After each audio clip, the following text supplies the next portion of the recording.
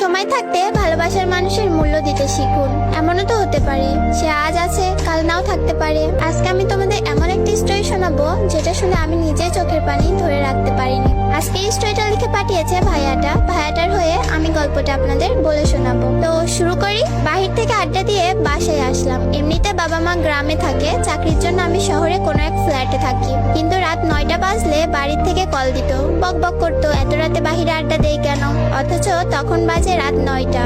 আসলে 9টা তেমন বেশি না, তবে পরিবারের কাছে একটা চিন্তার বিষয়। কি করে সে? যাই হোক, বাসায় ঢুকে ফ্রেশ হলাম, তখনই মোবাইলটা কেঁপে উঠলো। যে দেখি প্রিয় মানুষটার কলটা রিসিভ করলাম ভয়ে ভয়ে, কেননা একটু আগে তাকে রিক্সাতে উঠিয়ে দিয়েছি বাসার দিকে। আর এত জলদি কল রিসিভ করার পর সোজা বলে উঠলো, নিচে আয়, তাও তুই করে। আমি বলছি কেন?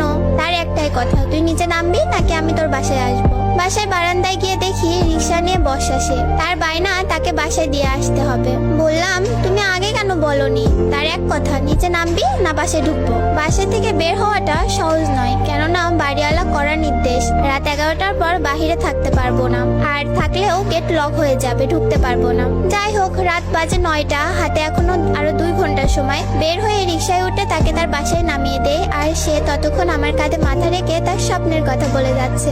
দেখতে দেখতে তার বাসার সামনে চলে আসলাম। পরের দিন কল, আজকে কি ঘুরতে বের হবা? আমি বললাম আজ অফিস আছে, তারপরের দিন যাব। সে বলল আচ্ছা ঠিক আছে।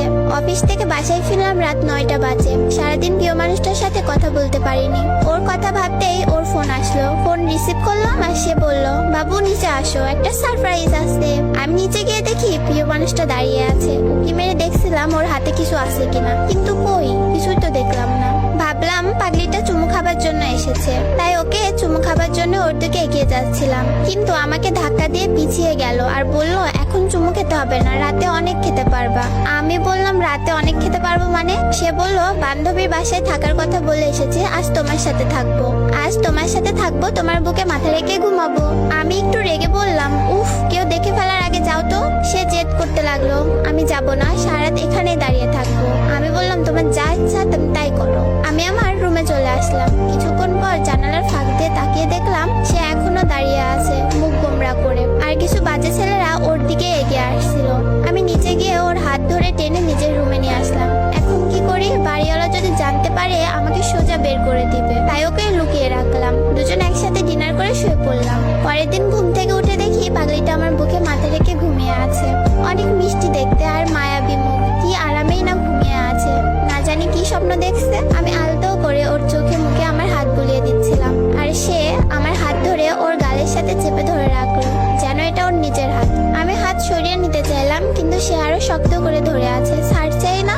এবার জোর করে হাতটা সরিয়ে নিলাম। তার ঘুম ভেঙে গেল। তাকে বললাম, জলদি বাসা থেকে যেতে হবে, তোমাকে কেউ দেখে ফেলতে পারে। সে বলল, আজ তো তোমার অফিস বন্ধ, তাই আজ সারাদিন তোমার সাথে কাটাবো, সারাদিন ঘুরবো, সন্ধ্যায় তুমি আমাকে বাসায় দিয়ে আসবা। আমি বললাম, আচ্ছা তুমি এখন বাসায় যাও, আমি একটু পরে গিয়ে তোমাকে নিয়ে আসবো। সে বাসায় চলে গেল। আমার কাছে কোনো টাকা নেই, এখন কি করি? তাকে নিয়ে সারাদিন ঘুরবো, যদি কিছু আবদার করে না দিয়ে তো পারবো না। আমি আমার বন্ধুর কাছ থেকে 1000 টাকা ধার করলাম। ওর বাসার সামনে গিয়ে ওকে ফোন করলাম। আজ একটু অন্যরকম করে সেজেছে সে, এর আগে কখনো এভাবে সাজেনি, তাই কিছুক্ষণ হা করে তাকিয়েছিলাম ওর দিকে। সে বলল, কি দেখছো অমন করে? আমি বললাম, আজ তোমাকে অনেক সুন্দর লাগছে, চোখ সরাতে পারছি না। সে মিষ্টি একটা হাসি দিয়েই বলল, দেখতে হবে না, বউটা কার? আমাকে ছাড়া সে কিছুই বোঝে না। আমি সাথে থাকলে জানো ওর আর কিচ্ছু যায় না। সে আর আমি আজ অনেক জায়গায় ঘুরলাম, আর সে আজ মন খুলে সব বলতে লাগলো আমায়, যেন আজই আমাদের শেষ দেখা। ঘুরতে ঘুরতে বিকেল গড়িয়ে এলো। সে বলল, এবার আমাকে পার্কে নিয়ে চলো। বিকেলবেলা ওকে নিয়ে পার্কে গেলাম। পার্কে সবাই জিএফকে দামি গিফট দিচ্ছে, কেউ কেউ দামি গাড়ি নিয়েও ঘুরতে এসেছে। এসব দেখে ভাবতে লাগলাম, পাগলিটা না জানে আবার কি আবদার করে বসে। কিন্তু সে দামি গিফট চাইলো না, আমাকে বলল, 10 টাকার বাদাম কিনে এনে দাও, দুজনে মিলে বাদাম খাবো আর গল্প করবো। সে আমার কাছে তেমন কিছুই আবদার করতো না, শুধু এতটুকুই বলতো, আমি তোমার কাছে কিছুই চাই না, আমাকে শুধু একটু ভালোবাসো, তাহলে আমি অনেক খুশি। আমি বাদাম কিনে আনলাম। আমি বাদামের খোসা ছড়িয়ে তার হাতে দিচ্ছিলাম, আর সেও খুশি মনে বাদাম খাচ্ছিল। সে আমাকে বলল, আচ্ছা জান, দেখো আমরা কত খুশি এখন, এভাবে যদি সারা জীবন একসাথে থাকতে পারতাম কতই না ভালো হতো বলো। আমি বললাম, থাকবো, দেখো একদিন তোমার তোমাকে আমার বউ করে আনবো, সারা জীবন একসাথে থাকবো। কথাটা শুনে সে আমাকে শক্ত করে আমার হাতটা ধরলো। আমরা হাঁটতে হাঁটতে পুকুর পাড়ে গেলাম। পুকুর পাড়ে বসে দুজনে গল্প করতে করতে কখন যে সন্ধ্যা গড়িয়ে এলো বুঝতেও পারলাম না। এবার তাকে তো তার বাসায় দিয়ে আসতে হবে, কিন্তু সে যেতে চাচ্ছে না। বলছে আরো কিছুক্ষণ একসাথে গল্প করবে, কিন্তু সন্ধ্যা গড়িয়ে এসেছে, তাই ওর বাসার দিকে রওনা হলাম। সারাটা পথ সে আমার হাত শক্ত করে ধরেছিল। একটু অন্যরকম অনুভব করছি। হঠাৎ করে ওর প্রতি ভালোবাসাটা কেমন যেন বেড়ে গেল। ওর প্রতি কেন জানি না একটা মায়া কাজ করতে লাগলো। হাঁটতে হাঁটতে ওর বাসার সামনে চলে এলাম। এবার সে আমার কপালে একটা চুমু খেলো আর বলল, এবার তুমি দাও। আমিও তার কপালে একটা চুমু দিলাম। আমাকে বিদায় জানিয়ে সে বাসার ভেতরে ঢুকে পড়লো। আমিও আমার বাসার দিকে রওনা হলাম। বাসায় গিয়ে ফ্রেশ হয়ে ডিনার করে ঘুমিয়ে পড়লাম। পরের দিন সকালে তার কথা ভেবে ফোনটা হাতে নিলাম, কিন্তু কোনো মেসেজ নেই। রোজই মেসেজ দিয়ে ঘুম ভাঙাতো, আজ কোনো মেসেজ নেই। মনে মনে ভাবলাম হয়তো ব্যস্ত আছে বা ঘুম ভাঙেনি এখনো। আমি অফিসে চলে গেলাম। বাসায় ফিরে ফোন করলাম, কিন্তু ফোন বন্ধ। রোজ রাতে সে বাসার সামনে এসে দাঁড়িয়ে থাকতো চুমু খাবার জন্য, কিন্তু আজ কি হলো? মনে হয় একটু ব্যস্ত আছে। আমি আমার মতো খেয়ে ঘুমিয়ে পড়লাম। কিন্তু পরের দিন সকালে ঘুম থেকে উঠে ফোনটা হাতে নিলাম। ভাবলাম সে মেসেজ দিছে, হয়তো গুড মর্নিং জানিয়েছে, কিন্তু মেসেজে গিয়ে কোনো মেসেজ পেলাম না। তখন বুকের ভেতরটা একবার ধুক করে উঠলো। আমি তাকে বারবার ফোন করার পরও ফোন বন্ধ পাচ্ছিলাম। বুঝতে পারলাম কিছু হয়েছে। ছুটে গেলাম ওর বাসার দিকে, কিন্তু গিয়ে দেখি ওর বাসার বাহিরটা তালা দেওয়া। পাশের বাসার আপিকে জিজ্ঞেস করলাম। আপি বলল এই বাসায় কোনো একজন খুব অসুস্থ, তাই তাকে সবাই হসপিটালে নিয়ে গেছে। আমি হসপিটালে গিয়ে দেখি তার বাবা মা ওখানে বসে বসে কাঁদছে। আমি তাদের জিজ্ঞেস করলাম, আঙ্কেল আন্টি কি হয়েছে, কাঁদছেন কেন? ওনারা আমাকে চিনতে পারেনি, তাই কোনো কথা না বলে কান্না করে যাচ্ছে। ডক্টরকে জিজ্ঞেস করলাম, স্যার ওনাদের কি হয়েছে, কাঁদছে কেন? ডক্টর বলল ওনাদের মেয়ের ক্যান্সার ধরা পড়েছে। এই কথা শোনার পর আমার হাহাকারটা আরো বেড়ে গেল।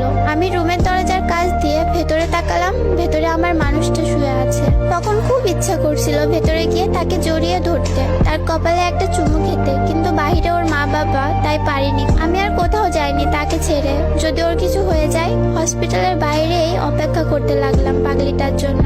আর প্রার্থনা করতে লাগলাম, আল্লাহ তুমি আমার ভালোবাসার মানুষটাকে আমার কাছে ফিরিয়ে দাও। সারাদিন ওখানেই কেটে গেল। কিছু খাইনি, কিছু খেতে পারছি না, খাবার গিলতেও পারি না। রাত হয়ে গেল। আমি তার রুমের সামনে বসে রইলাম। পরের দিন সকালে কোনো এক কান্নার শব্দে ঘুমটা ভেঙে গেল।